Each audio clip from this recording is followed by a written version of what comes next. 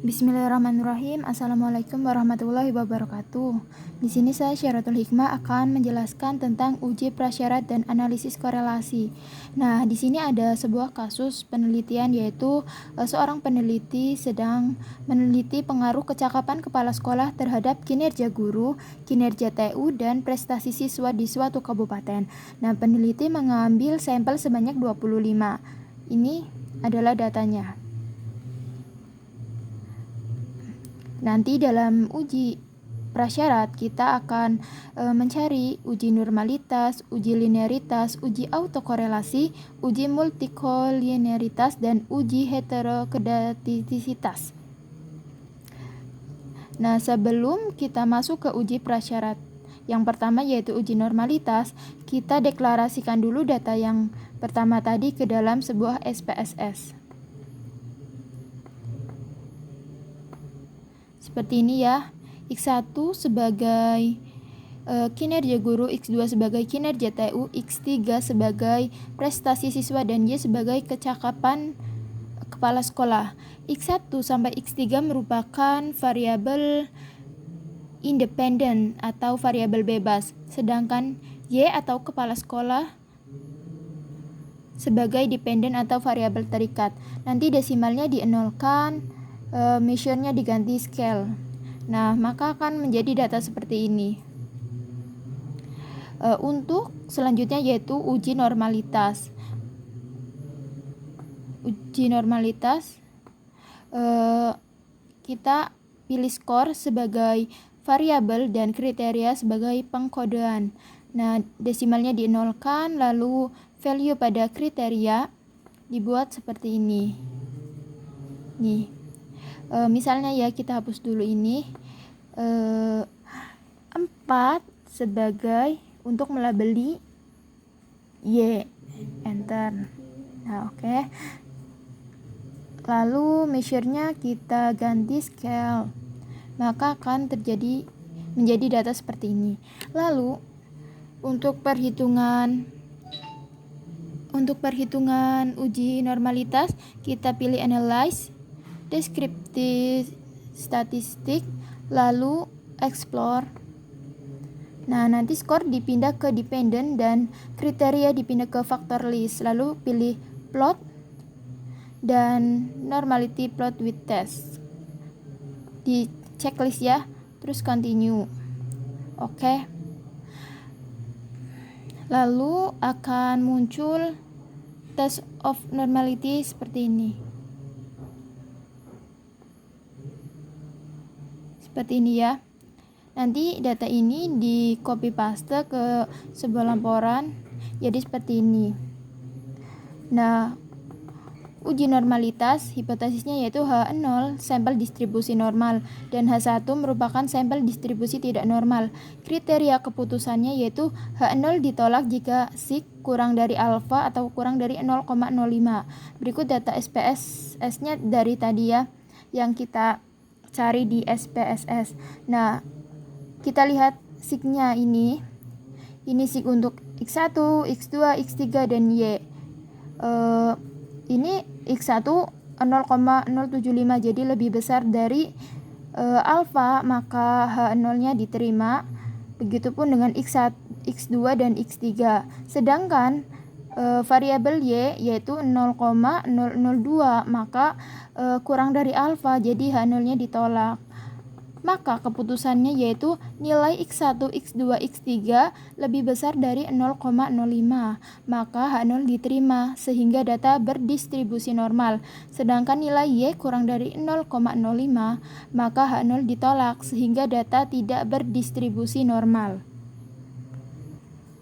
Selanjutnya yaitu uji linearitas. Hipotesisnya H0 ada hubungan antara variabel bebas dan variabel terikat. H1-nya tidak ada hubungan antara variabel bebas dan variabel terikat.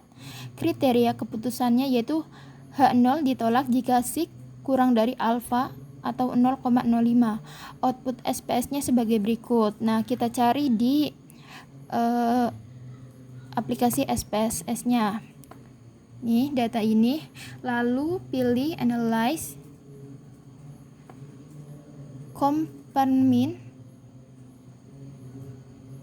min, lalu pilih min. Nah, pindah data variabel Y ke dependent list dan X1 sampai X3 ke independent list. Lalu option checklist test for linearity, continue. Oke. Maka akan mendapatkan tabel ANOVA.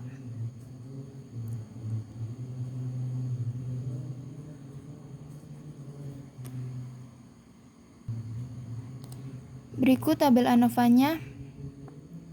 Ini hubungan antara Y1 dengan Y dengan X1, Y dengan X2, dan Y dengan X3. Nanti kita copy paste tabel ANOVA-nya masing-masing ya ke dalam laporan.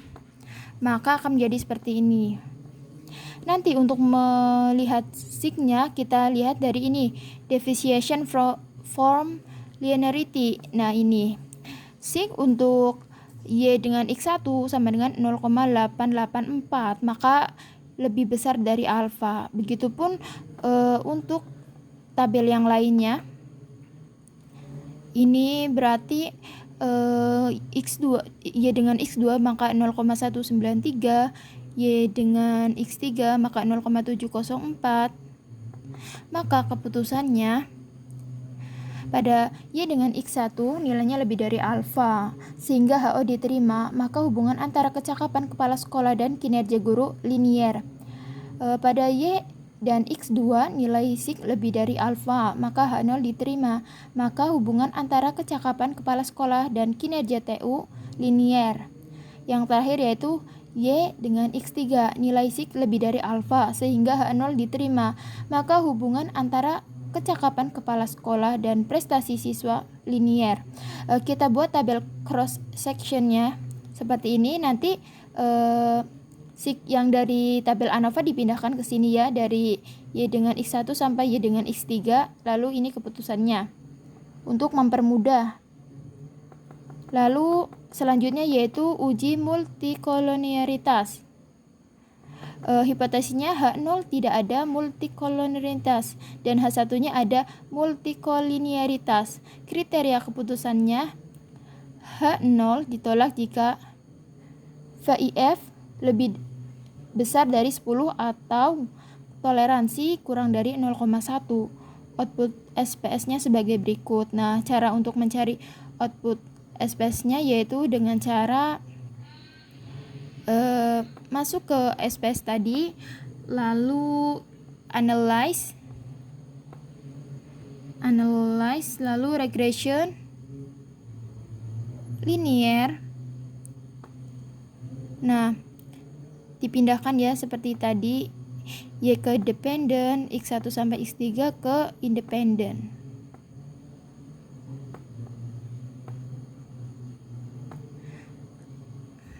Lalu pilih statis, checklist, covariance metric, dan collinearity diagnosis. Lalu continue. Pastikan ini enter ya, lalu oke. Nah, maka akan muncul tabel koefisiensi yang ini.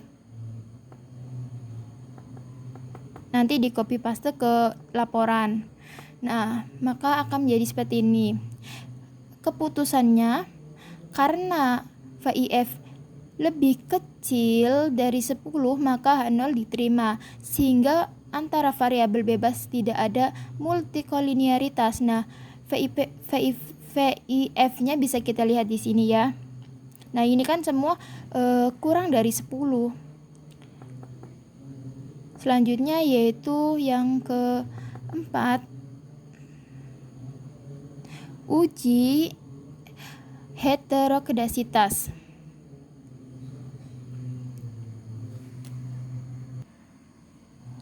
Pada uji heterokedasitas kedasiditas, hipotesisnya yaitu H0 tidak ada gejala heterokedasititas.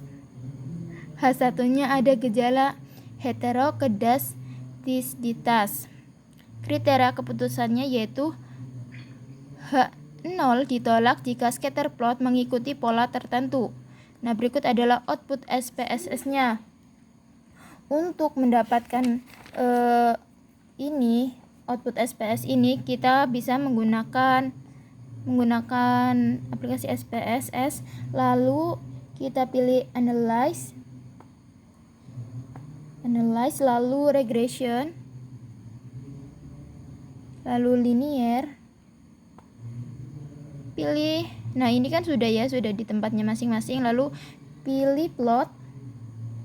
Nah, RES ini pindahkan ke variabel Y dan ini ZPR ED pindahkan ke variabel X. Lalu continue.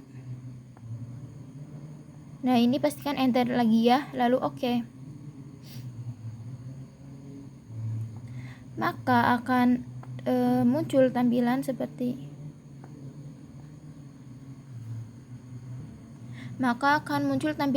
ini. Nah, nanti ini scatter plotnya kita copy paste ke dalam laporan. Nah, hasilnya seperti ini. Lalu keputusannya, karena scatter plot data acak, maka H0 diterima sehingga tidak ada gejala heterokedasitas. Lalu yang terakhir yaitu uji autokorelasi. Hipotesisnya yaitu H0 tidak ada gejala autokorelasi. H1-nya ada gejala autokorelasi. Kriteria keputusannya yaitu yang pertama, H0 ditolak jika nilai Durbin Watson kurang dari DL atau lebih dari 4 DL. Nilai Durbin Watson tidak terletak antara DU dan 4 DU. Yang kedua, tidak ada kesimpulan jika nilai Durbin Watson terletak antara DL dan DU atau terletak antara 4 DU dan 4 DL. Output SPS-nya sebagai berikut, yaitu kita cari ya di aplikasi SPSS. Caranya yaitu analyze, regression, linear, lalu statistik. Nah, kita centang ini Durbin Watson, continue, ini ya pasti enter ya, oke.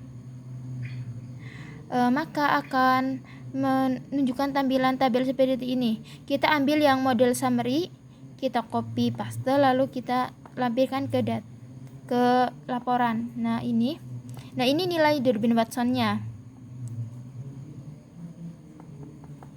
Lalu kita buat keputusan D atau nilai Durbin Watson sama dengan 2,041, DL-nya 1,1228, DU-nya 1,6540.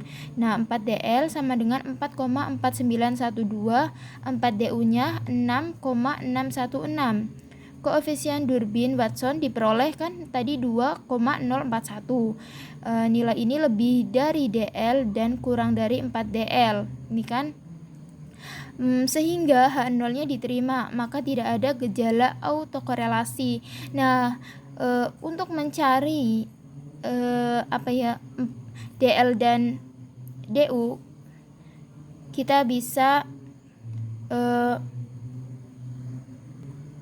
mencari melalui data. Nah, ini kan saya menggunakan 25 sampel, jadi N-nya sama dengan 25 dan variabel bebasnya itu ada 3, yaitu tadi kinerja guru, kinerja TU, dan prestasi siswa.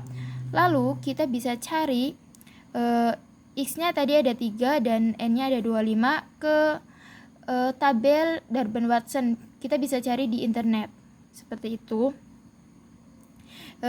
DL merupakan batas bawah dan DU merupakan batas atas. Selanjutnya yaitu analisis korelasi. Nah, selanjutnya analisis korelasi. Hipotesisnya ini ada 6 bagian ya, yaitu Bagian 1, HA terdapat korelasi positif antara kinerja guru dan kinerja TU, sedangkan HA0-nya tidak ada. Bagian 2 yaitu terdapat korelasi positif antara kinerja guru dan prestasi siswa, sedangkan H0-nya tidak terdapat korelasi positif. Bagian 3-nya yaitu terdapat korelasi positif antara kinerja guru dan kecakapan kepala sekolah, sedangkan H0-nya tidak terdapat. Bagian 4 yaitu terdapat korelasi positif antara kecakapan kepala sekolah dengan kinerja TU, sedangkan H0-nya tidak terdapat korelasi positif. Bagian 5 yaitu HA-nya terdapat korelasi positif antara kecakapan kepala sekolah dan prestasi belajar, sedangkan H0-nya tidak terdapat korelasi positif. Nah, bagian terakhir yaitu bagian 6. HA terdapat korelasi positif antara kinerja TU dan prestasi belajar, sedangkan H0-nya tidak terdapat korelasi positif antara kinerja TU dan prestasi belajar. Nah, untuk membuat bagian-bagian seperti ini nanti kita bisa menggunakan cara, yaitu misalnya kecakapan guru kita hubungkan dengan kecakapan kepala sekolah kita hubungkan dengan kinerja guru, kinerja TU, prestasi belajar.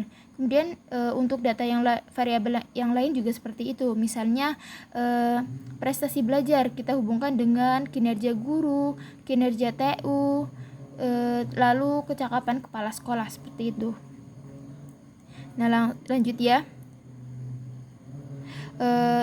Kriteria keputusannya yaitu jika nilai SIK lebih besar dari alfa, maka H0 diterima. Berikut adalah output SPSS-nya. Cara mencarinya yaitu kita buka aplikasinya SPS yang tadi, lalu kita pilih analyze,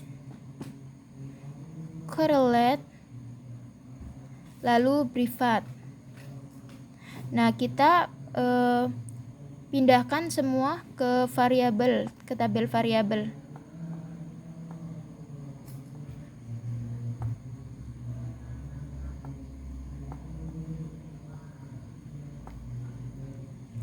Lalu kita checklist person. Kita bisa pilih ya menggunakan person, kendal, atau spermana. Saya akan menggunakan person, yaitu ininya di checklist. Lalu oke. Maka akan muncul tampilan seperti ini. Nanti kita bisa copy paste ke sebuah laporan ya. Nah, seperti ini laporannya. Untuk mencari nilai SIK-nya, caranya yaitu misalnya hubungan ini kan X1 kinerja guru dengan kinerja TU.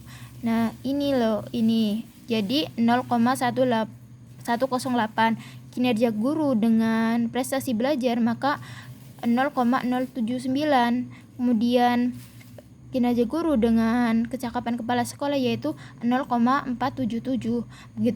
Begitupun bisa sebaliknya, yaitu dari atas ke samping. Misalnya prestasi belajar dengan kinerja guru yaitu 0,079. Prestasi belajar dengan kinerja TU yaitu 0,008. Nah, semuanya ya bisa kita ambil nilai SIK-nya. Lalu akan menghasilkan data seperti ini, yaitu bagian 1 nilai SIK-nya lebih dari alfa, sehingga tidak terdapat korelasi signifikansi antara kinerja guru dengan kinerja TU. Koefisien korelasinya yaitu 0,108 yang menunjukkan korelasinya sangat lemah. Bagian 2 nilai SIK-nya lebih besar dari alfa, jadi tidak terdapat korelasi signifikansi antara kinerja guru dan prestasi siswa. Koefisien korelasinya yaitu 0,079 yang menunjukkan korelasinya sangat lemah. Bagian 3 yaitu nilai SIK-nya lebih besar dari alfa, jadi tidak terdapat korelasi signifikansi antara kinerja guru dan kecakapan kepala sekolah. Koefisiennya yaitu 0,477 yang menunjukkan korelasinya sangat lemah. Bagian 5 juga tidak terdapat korelasi karena nilainya lebih dari alfa, yaitu 0,534. Bagian 5 juga tidak terdapat korelasi karena nilai koefisien korelasinya yaitu 0,137 yang menunjukkan korelasi lemah. Bagian 6, nilai lebih kecil dari alfa sehingga terdapat korelasi signifikansi antara kinerja guru dan kinerja TU. Koefisien korelasinya yaitu 0,008 yang menunjukkan korelasinya kuat. Untuk kesimpulannya yaitu kita bisa simpulkan bahwa kinerja guru tidak berkorelasi secara signifikan dengan kinerja TU. Kinerja guru tidak berkorelasi secara signifikan dengan prestasi siswa. Kinerja guru tidak berkorelasi secara signifikan dengan kecakapan kepala sekolah. Kecakapan kepala sekolah tidak berkorelasi secara signifikan dengan kinerja TU. Kecakapan kepala sekolah tidak berkorelasi secara signifikan dengan prestasi siswa. Dan yang terakhir yaitu kinerja TU berkorelasi secara signifikan dengan prestasi siswa. Sekian penjelasan yang dapat saya sampaikan mengenai uji prasyarat dan analisis korelasi menggunakan data dari SPSS, yaitu dari perhitungan hingga mencapai ke kesimpulan. Kurang lebihnya mohon maaf. Wassalamualaikum warahmatullahi wabarakatuh.